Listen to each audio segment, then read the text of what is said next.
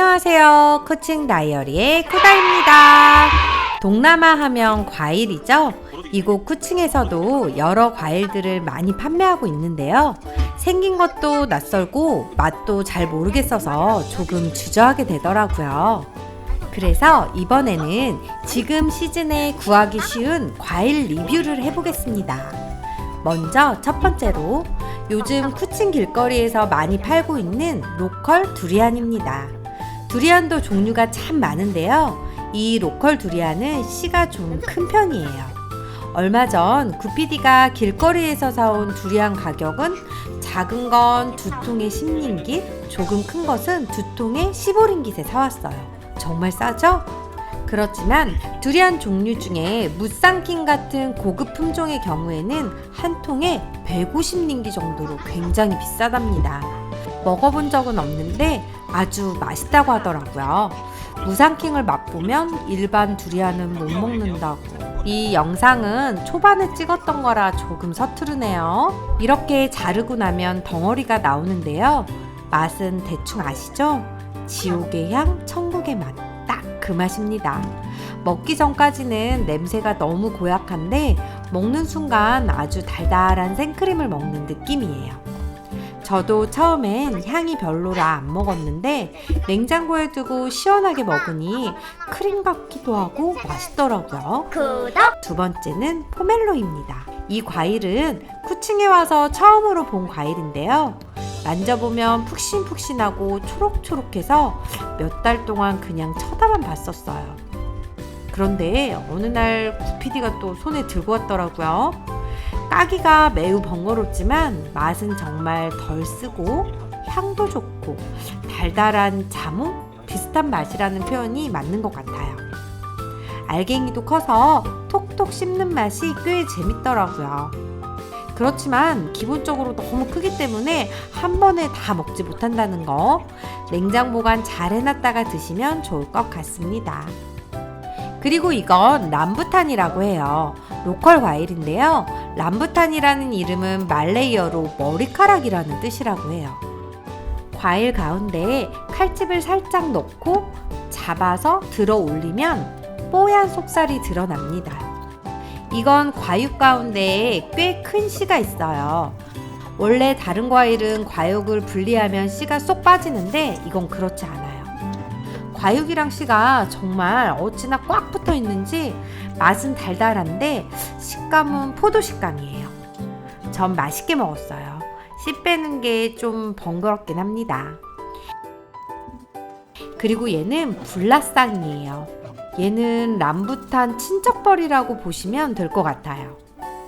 생긴 건 똑같은데 털이 조금 덜 나 있어요. 그리고 과육도 람부탄은 과육 표면에 윤기가 없다면 얘는 표면이 촉촉하다고 할까요? 맛은 람부탄보다 더 달았는데 식감이랑은 비슷합니다. 그리고 이번 과일은 모두가 좋아하는 망고스틴입니다. 맛도 좋고 건강에도 좋은 망고스틴이에요. 망고스틴은 꼭지가 초록초록하고 눌러봤을 때 썩지 않았을 정도로 푹신하다면 대부분 성공이에요. 까는 방법은 잡고 과일의 중간 부분을 칼로 좀 깊숙이 넣고 돌려줍니다. 그러면 이렇게 짜잔 하고 마늘 같은 속살을 보여주죠. 맛은 새콤달콤 상큼한 맛이에요. 먹다 보면 자꾸 중독되는 맛이랄까? 가격은 1kg에 11링깃 정도 했던 것 같아요. 그리고 얘는 랑사시라는 과일이에요. 요즘 차 타고 돌아다니다 보면 많이 보이는 과일인데요. 망고스틴과 까는 방법은 같아요. 상인분들은 껍질을 그냥 찢어서 까기도 하는데 구피디는 칼로 까더라고요. 얘는 자르면 껍질에서 하얀 액이 아주 조금씩 나오는데 이 액이 좀 찐덕거려요. 그리고 과육은 구피디가 아주 좋아해요. 식감이 포도 비슷하고요. 맛도 달달하니 맛있다고 하더라고요. 하지만 치명적인 단점이 있는데요. 씨앗이 작은 편인데 잘못 씹으면 아주 쓴맛이 난답니다. 정말 경험해보지 못한 쓴맛을 경험하게 될 거예요. 드실 때 꼭 씨앗 씹지 않도록 조심하세요. 그리고 얘는 잭프루트입니다. 세계에서 가장 큰 과일이라고 하죠. 실제로 구피디가 예전에 핸드폰도 안 터지는 오지로 탐험을 나갔다가 잭프루트 나무를 봤는데 나무 크기가 진짜 어마어마하다고 하더라고요. 거기에서 자라는 열매 크기 또한 어마어마하게 자라고 있고요.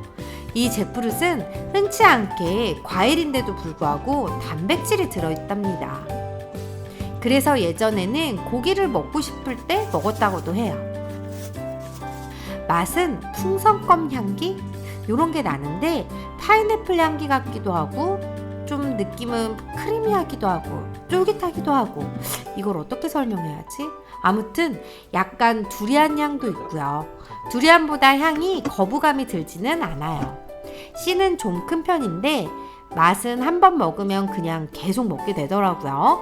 개인적으로 맛있게 먹었습니다.